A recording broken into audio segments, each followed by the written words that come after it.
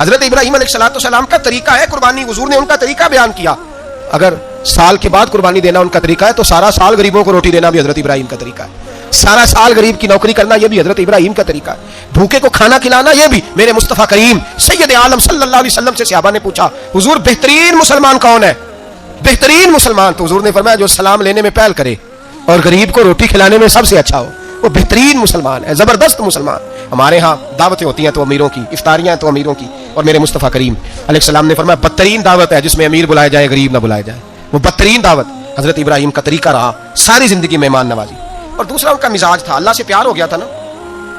جب رب کریم سے محبت ہوتی ہے نا اور محبت کا احساس ہوتا ہے دل میں, پھر سجدے لمبے ہوتے ہیں. عام آدمی تو نماز بھی نہیں پڑھ سکتا, جس سے خدا سے محبت ہوتی ہے وہ تہجد بھی نہیں چھوڑ سکتا. وہ یہ محبت کی بات ہے نا, جس کو پیار ہوتا ہے اس کی تہجد بھی ہے, اس کی اشراق بھی ہے, چاشت بھی ہے, اس کے عمرے بھی ہیں, اس کے حج بھی ہیں, اس کے بار بار کعبۃ اللہ کے دیدار بھی ہیں. یہ محبت الہی ہے, جوش مارتی ہے. ان لوگ سجدہ کرتے ہیں تو اٹھتے ہی نہیں, اللہ کے بندوں سے پیار کرتے ہیں. اللہ کی حضرت ابراہیم کو رب کریم سے اتنی محبت تھی, اتنا پیار تھا کہ وہ آپ کی زندگی کے ہر پہلو سے چھلکتا تھا. ایک وقت ایسا آیا کہ اللہ تعالیٰ نے حضرت ابراہیم کو بہت زیادہ مال عطا فرمایا.